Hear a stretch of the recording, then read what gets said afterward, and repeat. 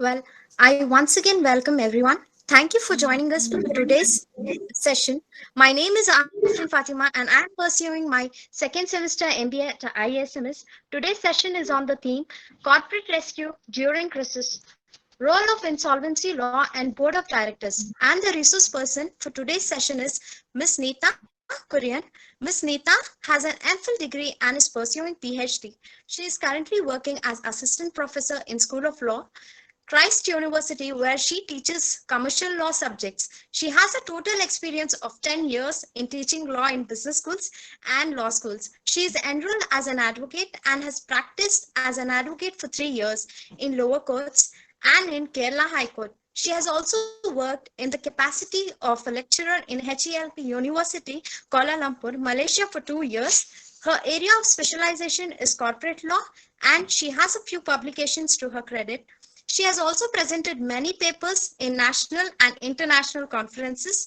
Corporate governance, minority, shareholder protection, and insolvency and bankruptcy are her areas of interest. So, before I hand over it to Ms. Neeta, if my dear participants, if you have any questions during the session, please type them into the chat box in your Meet control panel. I'll bring them up during the session and we'll also have time for questions at the end. Now I request Ms. Neeta to take over the session. Over to you, Ms. Neeta. Good morning, all. Thank you so much, Afreen Fatima, for that wonderful introduction.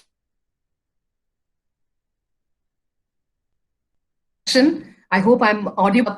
Before I start the presentation, I would like to express my sincere gratitude to the organizers of this workshop for giving me an opportunity to interact with your students.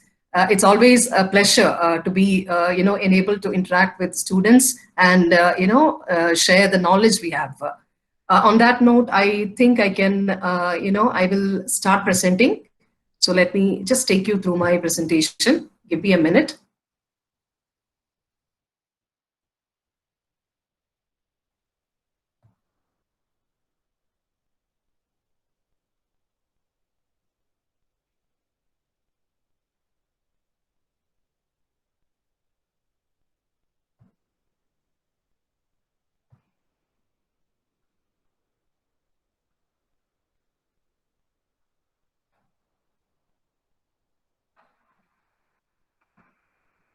I hope I can see, you can see the slides.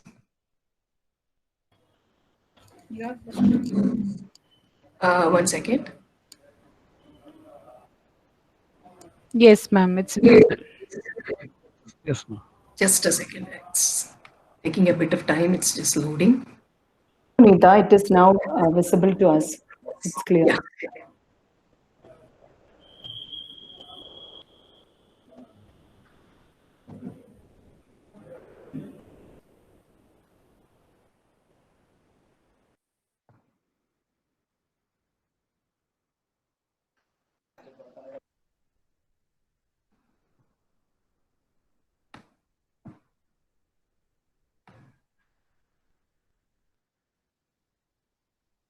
Okay, so this is where we start. I think I will just put it in that full mode. Just give me a minute.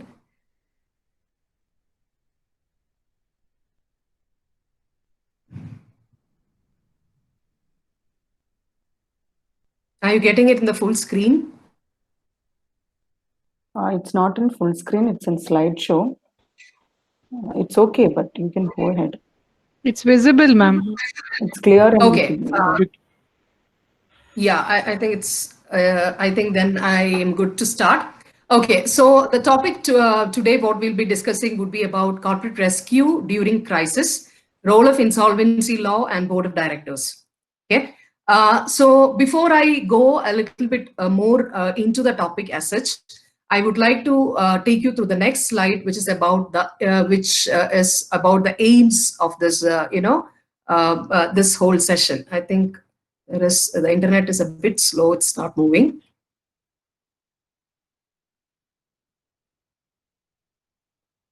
Okay, so what are the aims which you will be, which is looking at when we are looking at this whole session?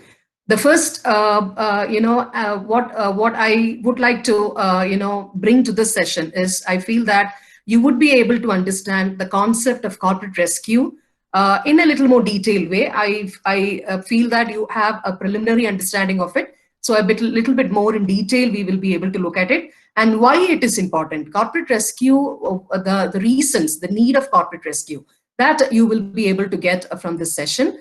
I also feel that it's very important to introduce you, the participants, to the basic principles of insolvency law. So this is from a very a legal perspective, or from the perspective wherein you would get a lot more knowledge or idea on the procedure and working of the present law we have in India dealing with insolvency, and that is the Insolvency and Bankruptcy Code.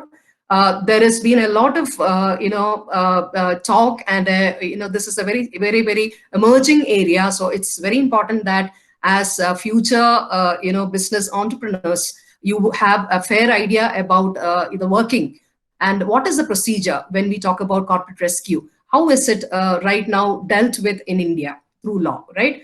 Now, the third point we will be looking at would be to understand the obligations and liabilities of board of directors of a company in an insolvency. As the topic given to me very clearly looks into these three aspects: what is a corporate rescue, why it is important, the role of insolvency law in dealing with corporate rescue, and what is the obligation and liabilities of the board of directors of a company in an insolvency. It is very important, to connect these three topics together to get an overview of the whole area of our discussion. So this is the aim of this session, and I hope you would be having some idea on it once we end the session. Okay, on that note, I would just take you through this idea of the first subtopic here as to what is corporate rescue. As Reena ma'am I was just checking with ma'am as to which semester students would be attending this workshop. She told me it is the third semester students who are into it. So I feel you have a preliminary idea about this, concept called as corporate rescue. Yesterday, when your dean introduced this whole workshop and was giving his introductory remarks on it, he very clearly articulated this idea of corporate rescue as interventions to prevent a failure.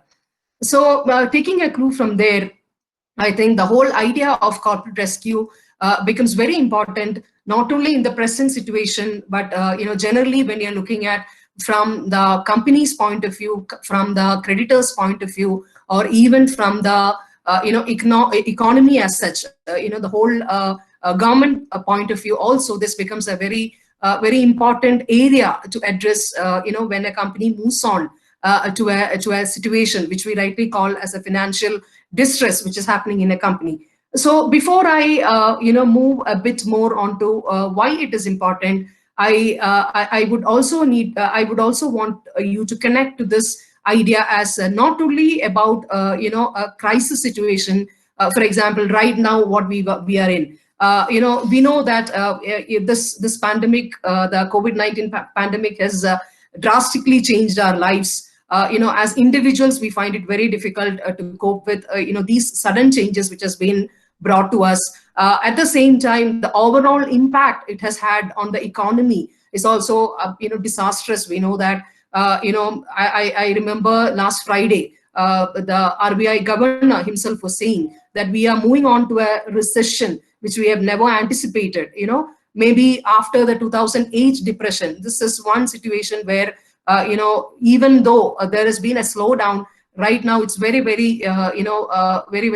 clear that this would take some time for us to come out. So there is a very clear crisis here. And, this is one aspect also we will be discussing in this presentation, but I would keep it towards the end so that you also know that with regard to the law we are discussing today regarding, that is, Insolvency and Bankruptcy Code, also, there has been some changes, brought by the government to address this issue of COVID-19 situation. So that is very clearly one crisis, when you're looking at from the point of view of the businesses, because most of them, a very high percentage of them find it impossible to continue with their, business they are stuck. There is a paralysis, and there is a lot of employment, people losing their employment and finding it very hard to meet the situation we are right now in. That is one crisis, definitely. At the same time, when you're talking about, or when you're relating this to this topic of today's discussion, corporate crisis, corporate rescue during crisis, what are the other situations we are looking at? That also becomes important for our discussion today. So understand, it's very important. You need to look into it in such a way that very small losses, or let's say even if it's a huge loss, you very well know as business students that profit making and loss happening in a company is a very regular phase for every company when they run their businesses. Business itself is risky. There is no guarantee. You would have learned a lot of management principles by now, and you would be continuing to do that throughout your whole year of study, management studies. But at the same time, there is no one success formula which is very clear that, okay, you do these things, your business will be a success. There is a huge element of risk involved in it. And when you connect to it, you will also see that because there are a lot of factors which are relevant here when you talk about running your business. It could be about just to give you an example, right now when you're looking at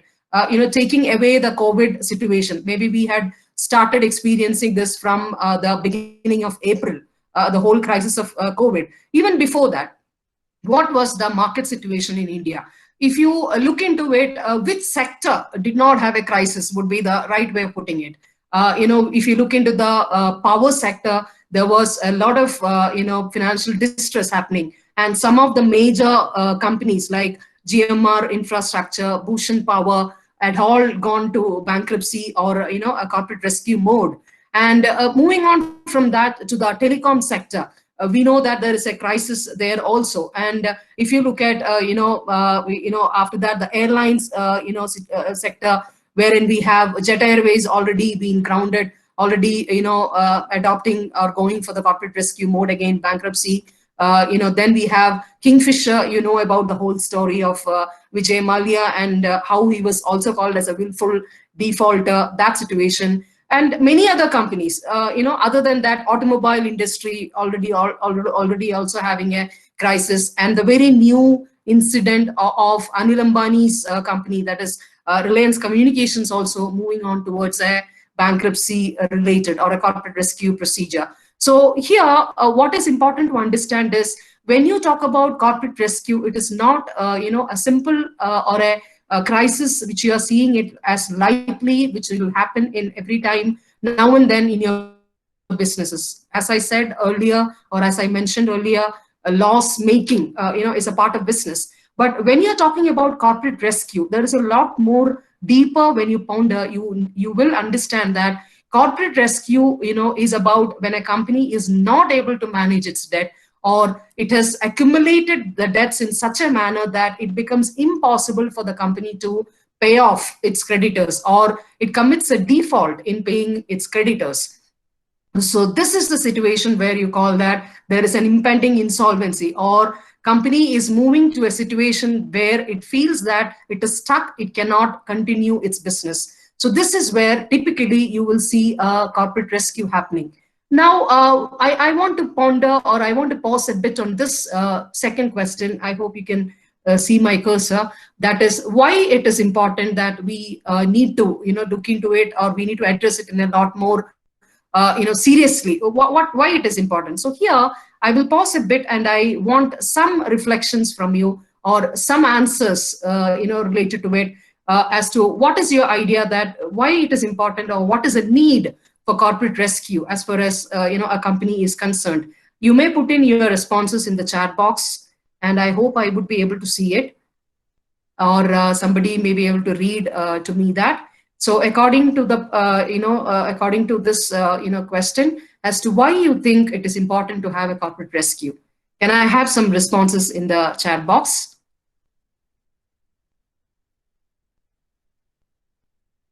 Are you putting it there? I am not able to see it.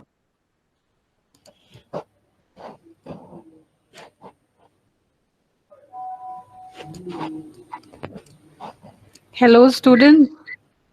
I think ma'am's asked a question. Why do you feel corporate rescue is important in the current scenario?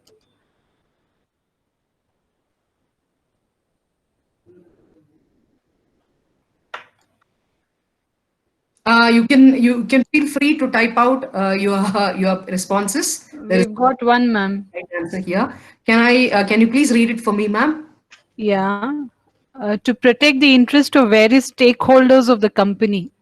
Okay, very good. And this is by Pujita. And there's one more from Haripriya, to save an organization from and for its financial rescue.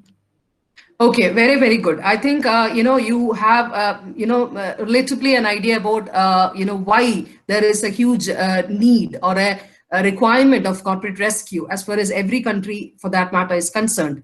So typically, the two responses definitely draw to that point as to why it is important from two different perspectives. One answer was about protecting the interest of every stakeholder. And another answer is about, or another response was about connecting it from the company's side or the debtor's side, right? So with this response, I am very grateful for those responses. So with this response, I would take you to this, aspect a little more detail. As you rightly can see from this, slide here, there is a ship which is going to sink, and then they are all trying to jump to the next one which is already floating, and there is this is exactly what corporate rescue, as the picture says, it rightly puts across this idea of corporate rescue. And this all these persons, we can rightly call them as the entire stakeholders, or maybe the corporate debtor, that is the company itself. Okay, so the first when I am looking at this aspect of corporate rescue as to why it is important, I want to take you through these three perspectives. One is from the perspective of the corporate debtor, that is a company. Another would be from the perspective of the creditor, that would be typically the people who have given loan to the company. So here the reference would be to the banks and the financial institutions. And thirdly, I would, or what we would be looking at from would be a wider perspective, from the perspective of how it will contribute, or how it would affect the economy as well, or why the government need to step in at an appropriate time. And this is very, very important. The time when the redressal or these mechanism is already there, so that the companies can adopt and can make use of this. That is also very, very crucial. So when you're looking at from the debtor's point of view, or here the company's point of view, we are looking at a stage where, as I said earlier, you are stuck with your business, and right now the available options according to you would be maybe to merge your business, or somebody acquiring your business, or any other way in which you can manage your debt. And this is the typical situation where, as I said, you are into a insolvency related issue where you are unable to pay, or you are unable to balance your debt. So you are desperately, as a company, you are desperately looking for someone to rescue you. And it is very, very important that there is a procedure and a streamlined effort, or a medium or a mechanism whereby your interest gets protected, and you don't have to wind up your company, or basically end your company, but you can always restructure your debts, or you would be able to revive the company with by managing your debts. So that is exactly what corporate rescue is as far as a debtor is concerned. Now, moving on to the next aspect of what a creditor is concerned here is again very, very important, because when you talk about a creditor, as I said, we are looking at the banks and the financial institutions generally who provide loans to these companies for their businesses. Rightly, we can say that they contribute to the working capital of the company, without which the company may not be able to meet its regular or daily expenses, right? So it becomes very important that these loans need to be given back or repaid, or no default is made by the debtors when there is a situation wherein they need to be repaying their loans, right? So when you're looking at one company, maybe the consequence wouldn't be there. But when you're looking at 10 companies and when you're looking at 100 banks who have given their loans and are not able to recover them, maybe a collateral is given, maybe a security is given, but at the same time, the banks find it impossible to sell this asset or this security due to a lot of reasons, which is beyond their control. And that was the typical situation we were looking at in India earlier, before we had the IBC coming in to an extent to tackle this whole issue, what we were seeing. So you are looking at here a rippling effect, or you are seeing a vicious circle, whereby when the debtor commits a default, he is not able to meet his financial obligation, how it will affect the creditor, and how it will affect the business of the creditor. So if you're looking at the business of the banks, relatively a large percentage of their profits come from this interest they charge on the on the loans which they give to the customers, right? So if this becomes a problem. Also rightly called as an NPA crisis. I think you would have heard about this term before also, non-performing asset or a non-performing account. The more it becomes, the more difficult for a bank to manage, also called as a bad loans. And therefore, this causes a heavy burden on the banks. And as I said, individually, when you are looking at it, you wouldn't be seeing this problem as huge. But when collectively you are looking at it, you would you would be able to connect it to the third perspective, which I was telling, that is from the perspective of the economy, or why the government need to take a lot more, proactive measures to see that there is a corporate rescue, because it is going to affect the economy, and indirectly it will also or it will also lead to a situation where the creditors wouldn't be interested anymore in granting credit or loans.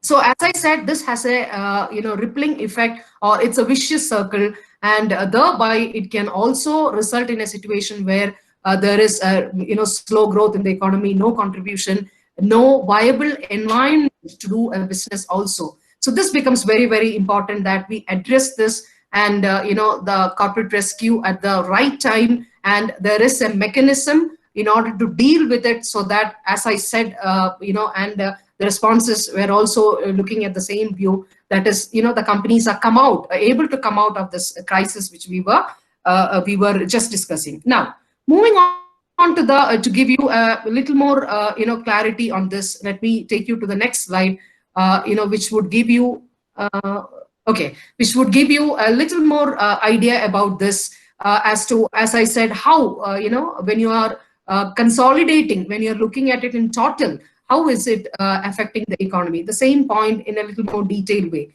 So, here, as I said, these 12 companies which I have put here were identified as the 12 top defaulters, which means the maximum amount of debt which the banks had was because these companies did not pay their debts to the banks, right? So these 12 top defaulters were identified by RBI earlier into 2017, and that was the time when the IBC was actually starting its operation. So if you're looking at IBC, it was incorporated, or it basically what was formulated in towards the end of 2016 December, right? So it became very important that RBI, as a regulator of the money market, it has to very clearly give this guideline to the banks that no more taking this situation lightly, because there is a huge NPA crisis right now we are facing, and therefore immediately the banks were asked to bring these 12 defaulters. And if you look into it, I have put them in red. Some of these steel companies, I have put them in red to give you that drastic effect. Because of this 5 steel companies, the total contribution or the total debt to this was about the figure which is put here, 1482 billion was the loss to the economy, or that was the debt which they had to pay to the creditors. And all these 12 companies constituted around 25% of the gross NPAs. So this becomes very, very important that as a regulator, RBI would be more interested in protecting the interest of banks. But as the discussion we had in the previous slide, it would take us to that rippling effect, or the chain of reaction which is possible when there is a default or of paying debts from the debtor's point of view or from the company, right? Now, here I have also put in one case study to give you this brief idea about how this was dealt, because this was the first case which came to the IBC, or the Insolvency Bank and the new Insolvency and Bankruptcy Code. The first steel company referred to IBC, Bhushan Steel Limited, and the procedure. So here, this discussion I would take you when I take you through this IBC related procedure and how the whole process works, which is going to come in the next subtopic. So when you look into it, what is this resolution plan, which is mentioned in the third point? Resolution plan is those, people, as I said, when there is a debt, when we talked about corporate rescue, we were looking at instances where the company is desperately looking for somebody to, help the company in order to come out of this debt. So this is where we looked into all those possible, restructuring methods, or even a merger and an acquisition part of it we were looking at, right? So here, this talks about these people who are also called as resolution applicants, who come forward and try to, generally it happens procedurally by bidding for this company. And if the creditors, so there is one committee of creditors itself who is constituted for this, and when they look into it, they would accept the best plan, which is giving them the maximum returns. And similarly, so therefore, in this case, it was the Tata Steel's, resolution plan, which is adopted, and Tata Steel offered to pay 35,000 crore to the creditors, and the creditors were able to recover, which was the first time in India, because so fast there was never a resolution which has happened, when you're looking at the situation we had in India, which we would see in the next slide. So through this slide, what I hope to convey is the drastic result of NPA, or this default of debt, coming up or accumulating, and how it can have a rippling effect on the economy of the country itself, right? Now, with this, I will right now will take you to the the legal aspects. That is the second subtopic which I need to discuss with you today, and that is regarding the laws which we have in India dealing with insolvency or bankruptcy related laws.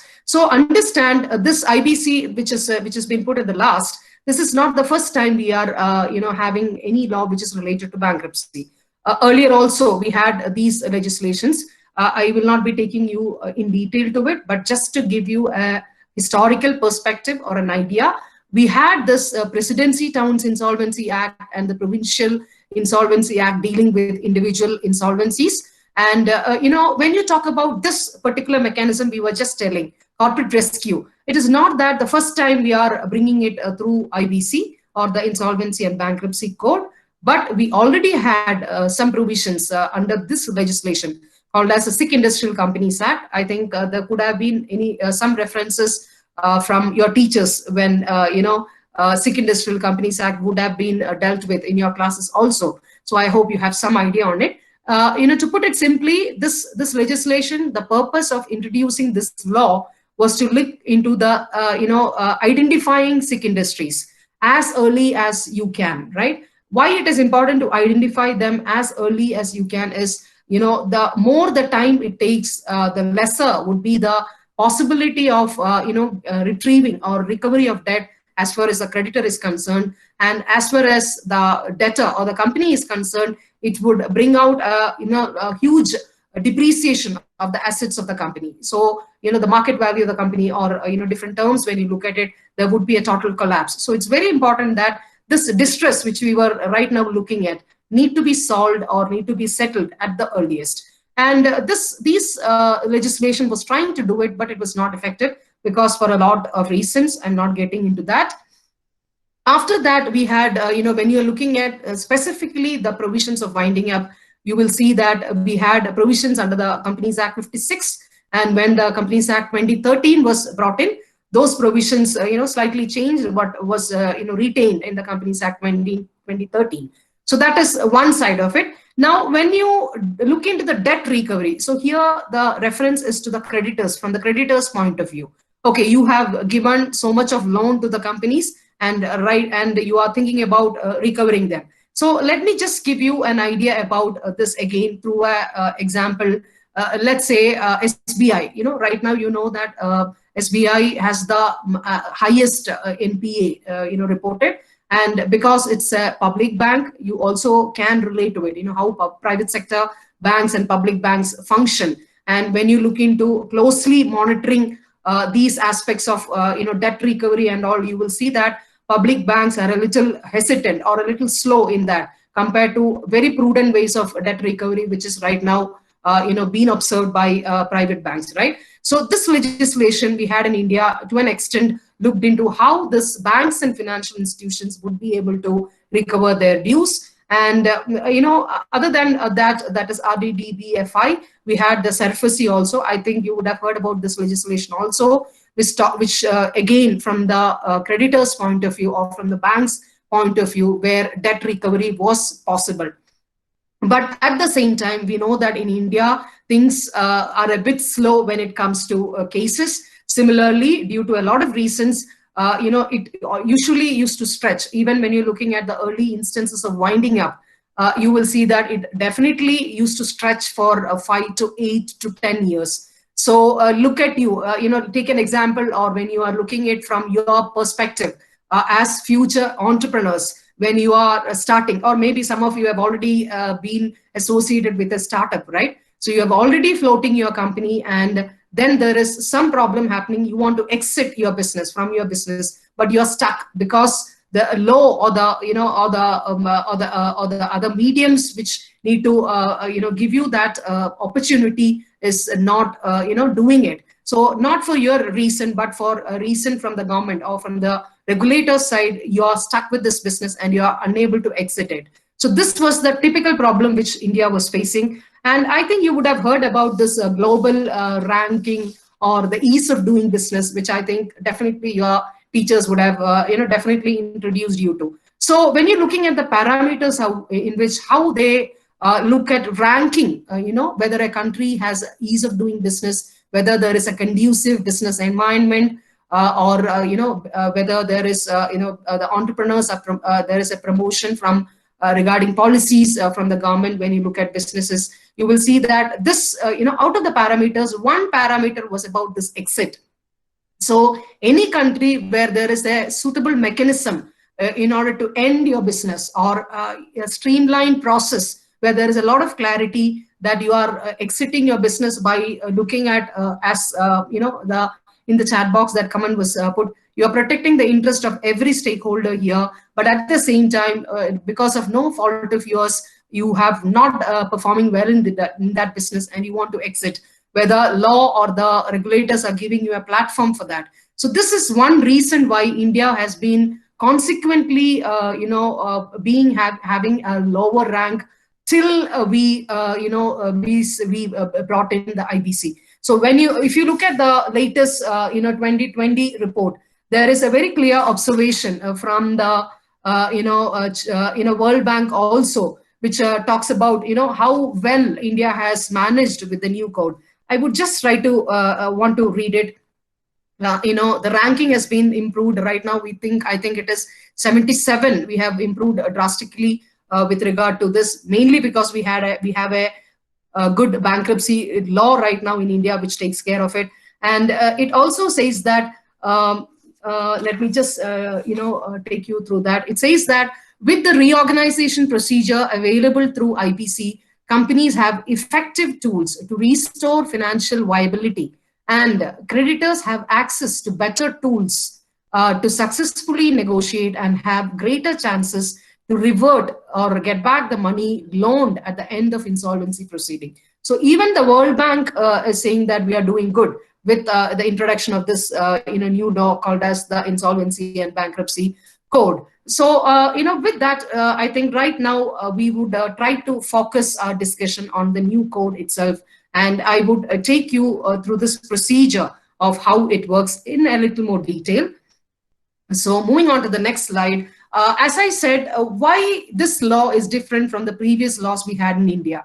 The first thing what this law has brought in is about a time-bound process. which means that every step of this insolvency, or rightly called as when you are looking at the way in which it functions right now, if you look at the second point, you are not immediately going to the second step of liquidation or winding up. The code promises instances where a resolution will always be looked into. So when you are unable to pay your creditors and your creditor drags you to this bankruptcy tribunal, also called as the NCLT, what happens is every possible way is explored as to whether a resolution plan can be looked into here.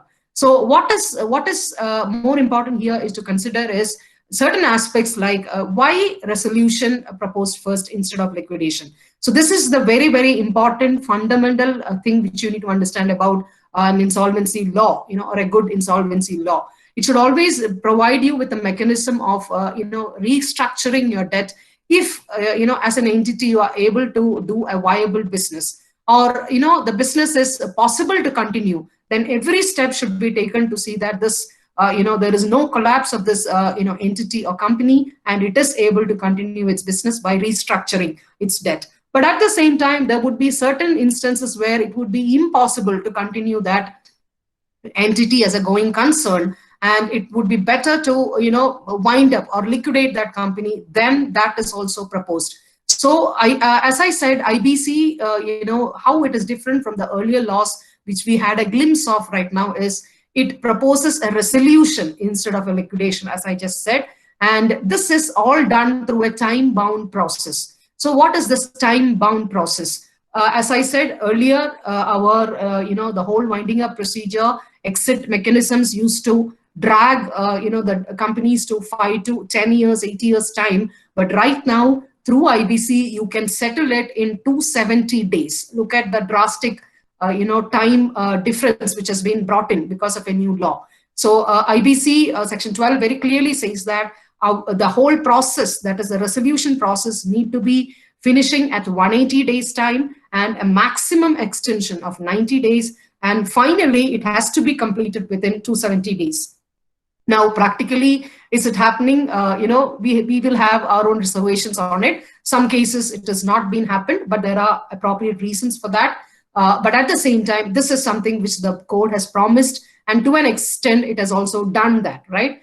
Other than that, if you're looking at this whole process, so as we were seeing how it work through IBC, that is this corporate distribution processes, it looks into something called as a corporate insolvency resolution process. So I will just talk a bit on it, and then we will I will take you to an activity which is there in the next slide. So what I want to see here or look at here would be as to what is the procedure right now we have in India regarding this corporate rescue, as we were looking at from the that is the first topic, right? At the time of a crisis. So right now what happens is there are 3 ways in which you can approach the tribunal when you are stuck, when you have a problem with regard to managing your debts, or there is an impending insolvency stage. Okay, so what is the possible ways is as a company you feel that you are not able to manage, you get the appropriate, you approach the tribunal for a streamlined process where things are a lot more clear and a lot more streamlined. And second is when you start defaulting, your creditor taking you to the IBC, right? Taking you through the IBC route.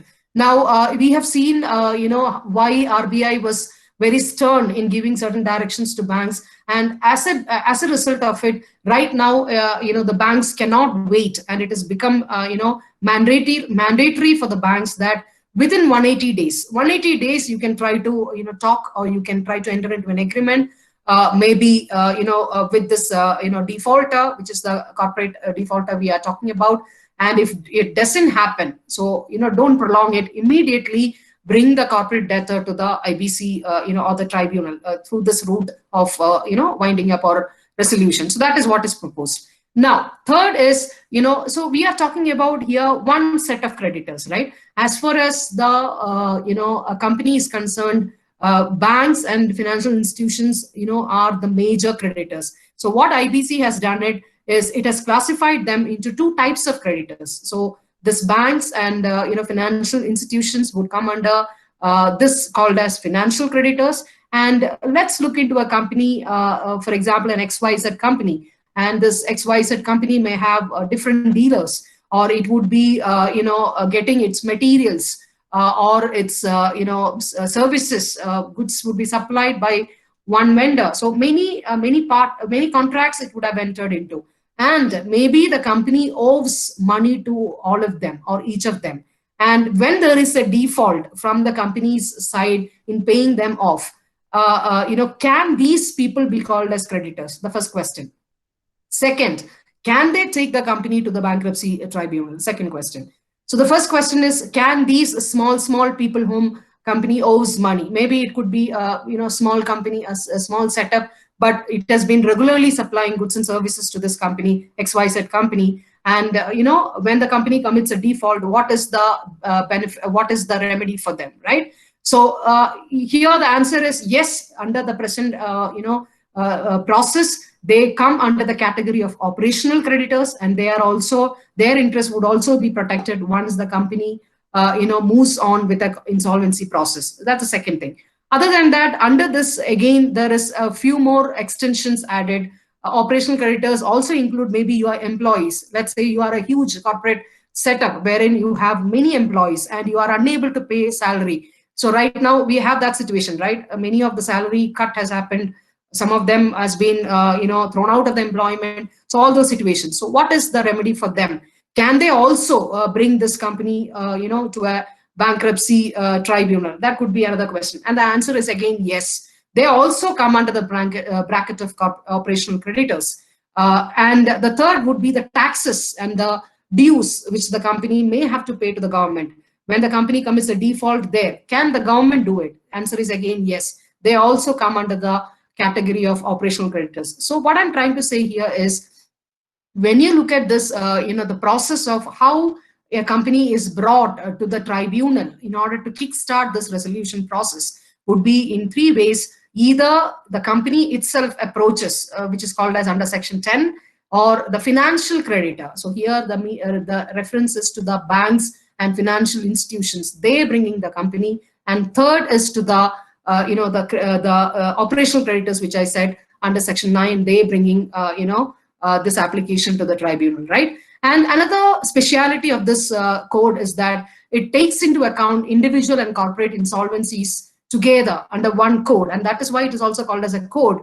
Because earlier, when we discussed, we saw that there are different legislations dealing with individual insolvency, bankruptcy, and corporate bankruptcy. Right now, we have brought everything under one code, and we have even brought in. So this is also one very, very, very important step we have taken forward. That is, we have also identified a regulator in order to deal with bankruptcy, which was never there in India before. So we have the IBBI, also called as the Insolvency and Bankruptcy Board of India, which regulates the whole process. So there is a very close monitoring from IBBI in order to see that this whole mechanism, which is right now being governed, is also implemented and is working properly, right? And if you know, I think these bodies you are familiar with, because right now we don't have company law boards, and it has been converted to National Company Law Tribunal and the Appellate Tribunal, also called as NCLAT. I think a company law, if you would have already studied, you would be knowing this. So that is the adjudicating body who would look into this application and take steps to see that there is a very, very clear process wherein the interest of all these people, which I just mentioned, is protected. So it's all brought under one umbrella right now. So there is no piecemeal, we call legally. Piecemeal litigation is prevented, which means that one person taking, multiple cases coming up before the courts, all those things have been, taken out, and we have a very clear way of streamlining the whole process right now. Now, the last point again here, what is the role of this insolvency? Who is this insolvency resolution professional? Mentioned here, okay? And the idea is it is the that particular officer who would take care of this whole process of resolution, or if it moves to this stage of liquidation, then liquidation process. Therein he would be called as a liquidator also. So who is this resolution professional, and what change has they brought from the previous regime? Earlier, what used to happen is we had winding up, supervised by officers of the High Court, but right now we have, insolvency professionals who are experts with regard to commercial aspects of it. So earlier we had only this legal, knowledge being brought in, but right now we have a mix, because all of them normally would be chartered accountants who have very clear idea about how this whole process works. They would be able to manage, because first, when a company moves into that mode, what happens is the asset and the liability part need to be looked into, and the entire creditors need to be invited with their claims, and the professional, that is the RP, need to closely monitor it, and then look into all these process in a much more professional way. So when a person from this background who understands these concepts, it is always better that he would perform a lot more better, and definitely he can get the help of the corporate debtor also. But that is another issue which we will see in the coming slide when we look into the obligations and liabilities also of the debtors or the companies. So definitely this is also a very important change which has been brought in. So I think with this, I will just take you to the next slide. So with this, I hope that you have some idea about the insolvency law right now we have in India, which deals with this, corporate rescue. So, it is about, one thing which you need to remember is the time-bound process. Then first, there is a way to, rescue you by bringing in a resolution process. And if that does not work, only your company will go to a liquidation, which was never there before, right? So that is something which is very, very important. Now, other than that, the whole process I have told you, and the role of, IRP and the adjudicating body, and the role of the regulator. So this, if you have some idea, then I think you have, good idea about how this code works right now in India, right? So on that note, I think I have talked a lot more. Now we will see in the next slide whether you are able to answer some of this, so I just put it as a quiz. There are no answers here. So we will see whether you are able to relate to the discussion we had now.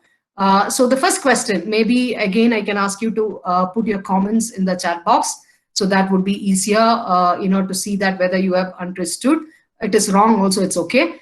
So the first question is this: which is the new code that deals with resolution and liquidation of corporates and individuals in India? We are looking into that in detail, right? So I'll pause here for some seconds, and would invite your responses here again in the chat box.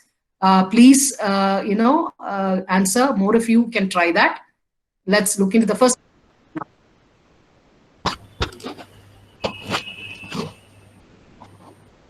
Which is the new code that deals with the resolution and liquidation of corporates and individuals in India? We have an answer, ma'am, from Kartika Dineshan.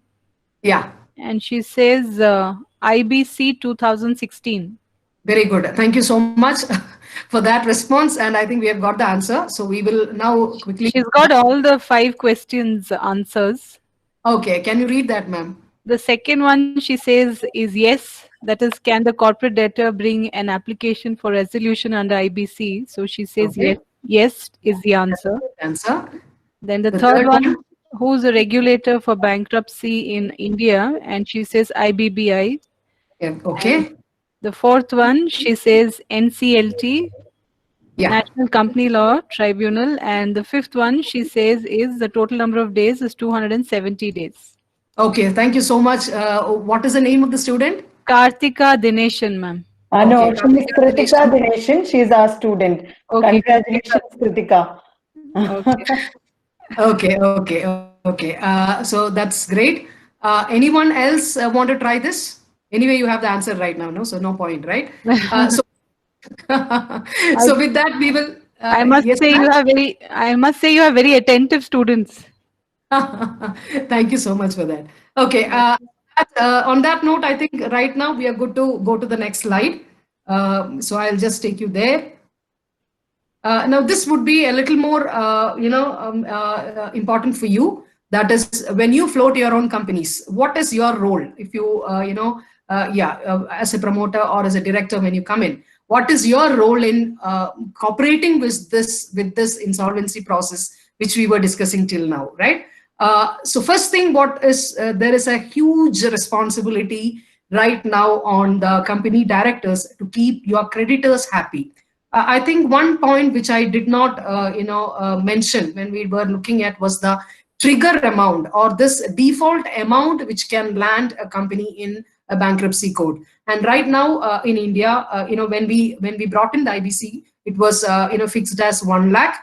Right now there is a change because of the COVID crisis. They have brought it up to 1 crore. I will take you to that a little later. So keeping the creditors happy, which means that when you are committing a default of more than 1 lakh to one creditor, that can prompt the creditor to take you to the IBC. Now, what is the problem? The problem is that, when the moment you are taken to this bankruptcy code, immediately there is a public announcement. That is how the process works. Immediately there is a public announcement that this particular company or corporation is heading towards bankruptcy. Right now, we know, we all know different things from news, right? Everything is now media has taken up, and it's been widely discussed in different circles. So this can definitely hamper your interest as a company. The whole goodwill which you have created, the whole businesses which you have been developing so far, can have an impact when you look at this particular point. So because the amount is 1 lakh, that default can prompt your creditor to take you through a bankruptcy process. So that becomes very important, that this aspect you are taking care of. So you have to keep your creditors happy. Cash flow maintenance, yes, as I said, this both are connected. That also becomes a huge headache now for the company board of directors. And another thing which is even more important to know is, okay, fine, you have committed a default, you are already, the process of resolution have started. What immediately happens is, unlike the previous years where the official from the High Court would come in and he would look into this process, but you retain your control. Right now, it is not like that. Immediately when this application becomes accepted by the tribunal, there is a change of power. You no more will be able to hold on to your power as a board of director. You would have to transfer the power to the official who has been appointed, who is the interim resolution professional.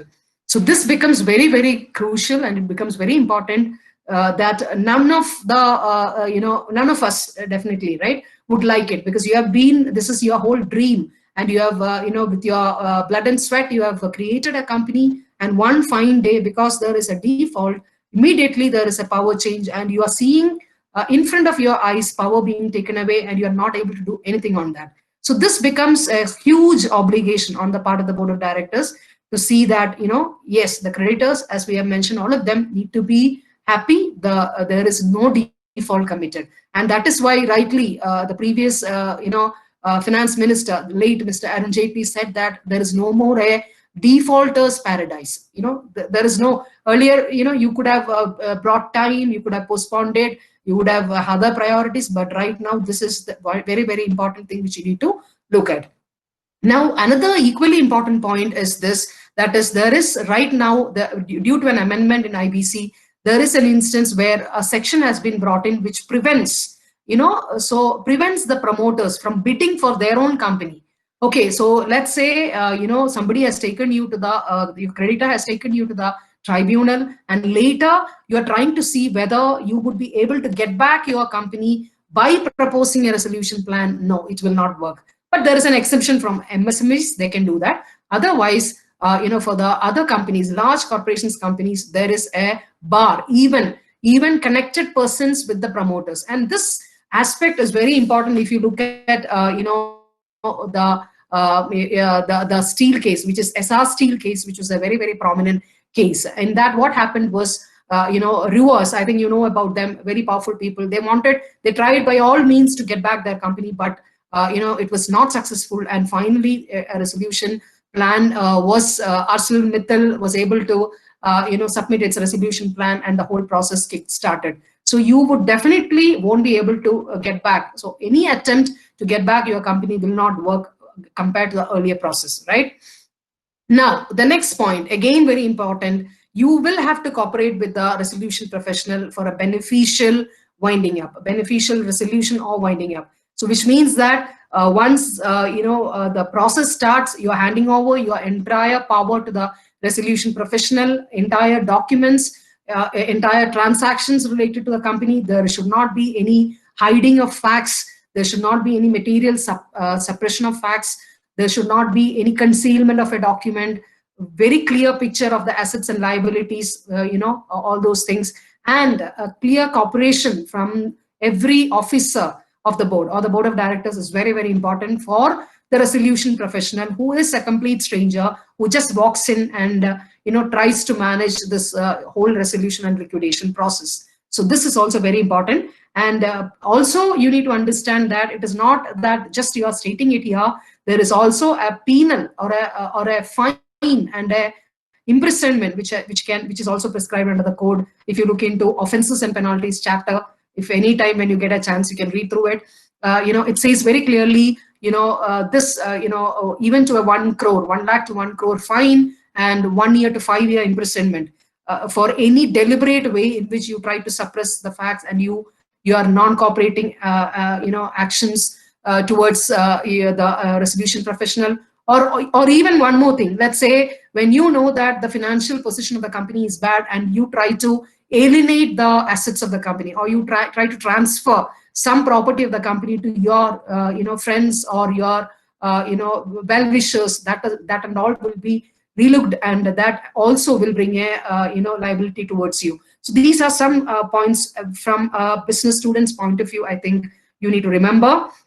And another thing which is also important as far as understanding is, the code also provides for a voluntary winding up. So here, when you're talking about a corporate insolvency resolution process or a CIRP, we are more looking at a resolution rather than a winding up. But at the same time, another provision is also there in the code which says that voluntarily, when the company wants, it doesn't want to go for a resolution, it can opt for a winding up, provided the company is solvent and it is able to pay off its the creditor's debt. And finally, there is also one provision for a fast track winding up. You know about startups, right?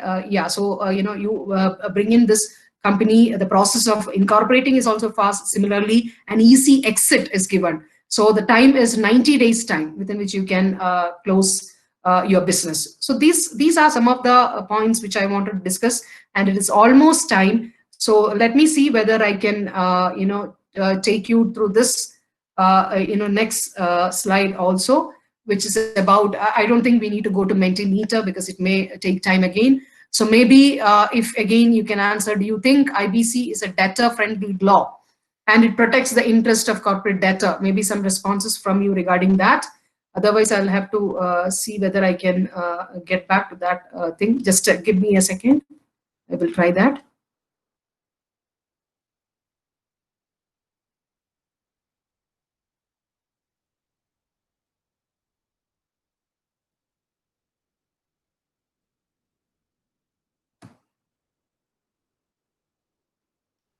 I will try to take you through Mentimeter and see whether you can actually do a poll there. Sorry.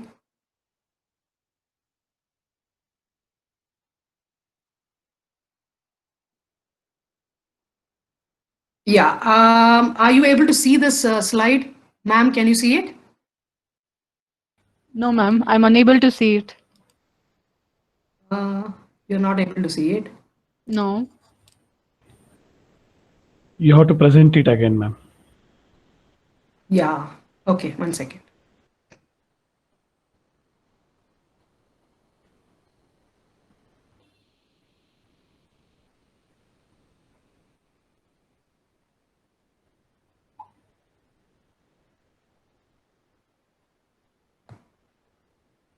It's taking a bit of time. Sorry for that.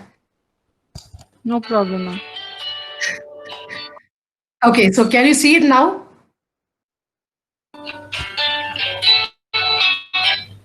No, ma'am. Now Yeah. It's presenting, ma'am. Yeah. Okay. So the participants, would you be able to do this? This is the last activity. Nothing more is there. So do you think IBC is a debtor-friendly law and protects the interest of companies? Is my first question. So yesterday, I think you are already familiar with this right now.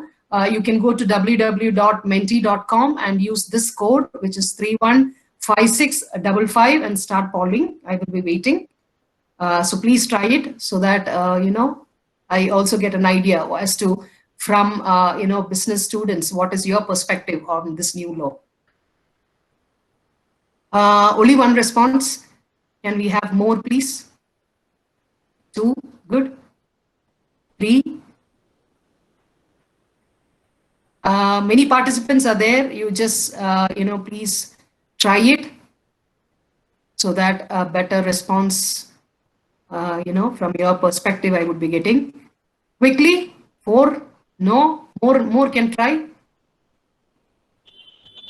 So all are saying yes, which is really good. I thought, because there are a lot of discussions which says that it's a creditor friendly one. So 6 participants, I'll wait for a few more minutes, a few more seconds. Do you think IBC is a debtor friendly as far as, it protects the interest of companies is what we are seeing here. So this is great. 8 of you, 1 is saying no. Okay. One more, maybe we can have a 10 as a better number. 1 of you, please try. Okay, then I will, I have got the responses. So many of you are thinking that it is a debtor friendly law, which is very good. So you feel that, there is a provision wherein corporate rescue is actually possible through this new law. And I think that should be the takeaway. Now, moving on to the next slide. Will there be a criminal action against the board of directors for non-cooperation in an insolvency proceeding under the IBC? We were just discussing that aspect. Maybe. No, I want a better response. Yeah. Yes. Let's have more. The same 10 who have contributed, let's look into them. And a few more can actually try so that we can have in live, we are able to see these responses from you.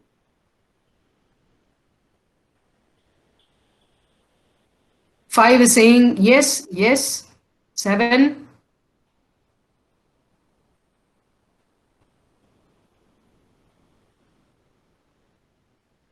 Nine responses, maybe and yes is what is put.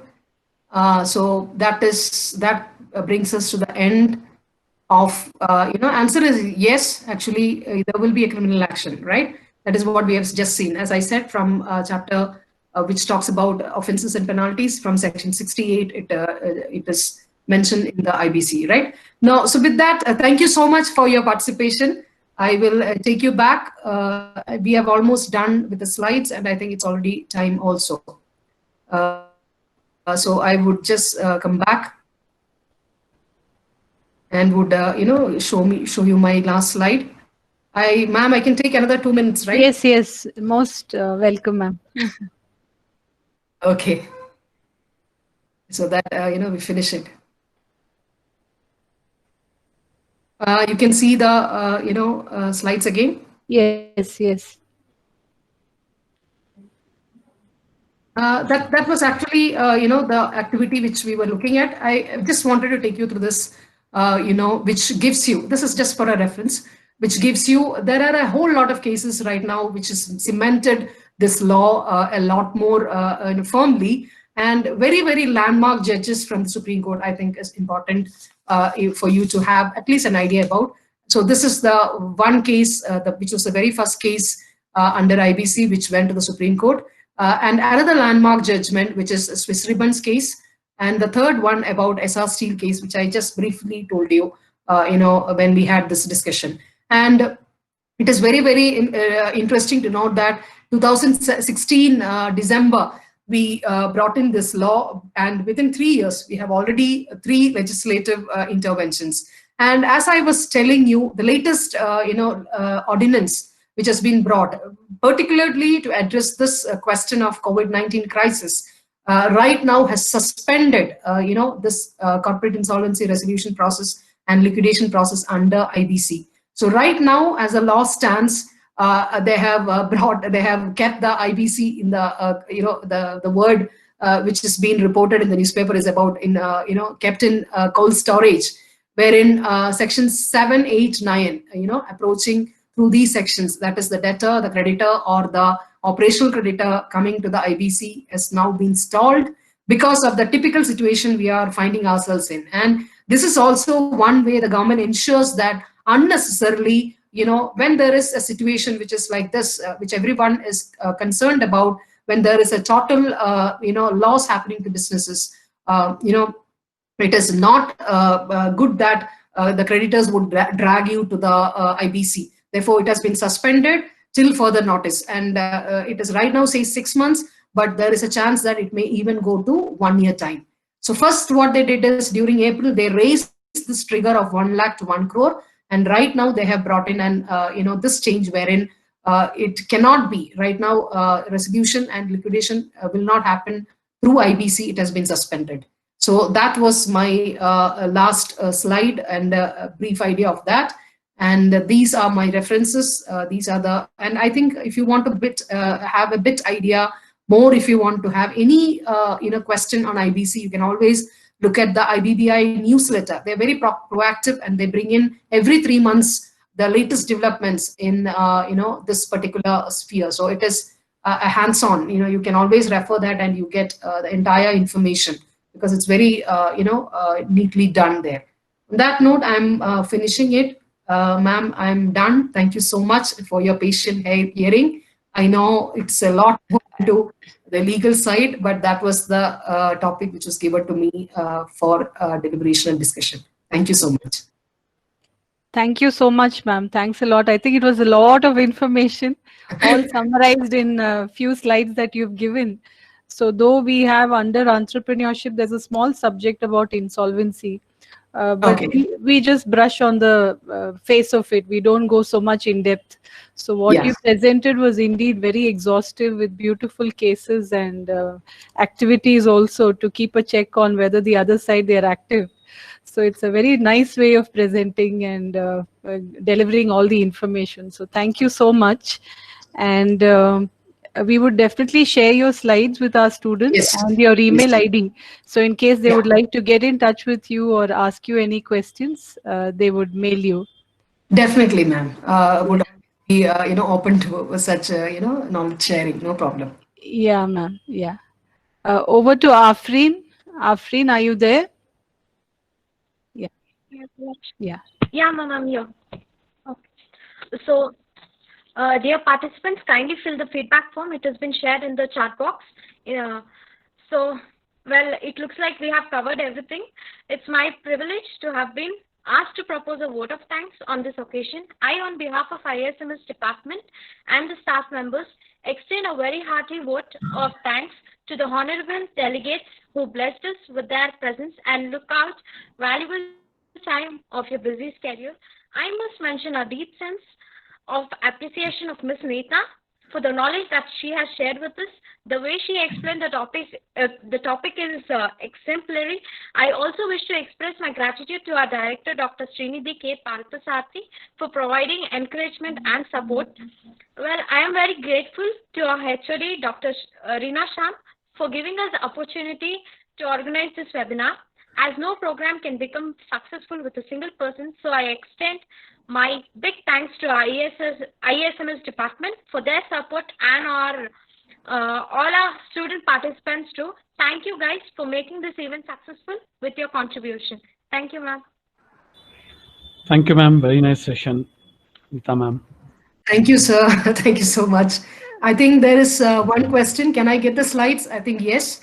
And another student has asked something. What is the sudden change? Can I just answer it, sir, for 1 second? Yes, ma'am. Yes, ma'am. Yes, ma'am. You have explained many law sections amendments. What sudden changes in law? This is what we have, just told, right? Right now, in order to protect the interest of the companies because of this COVID-19 crisis, all the actions or all this procedure which we have just seen temporarily had been suspended.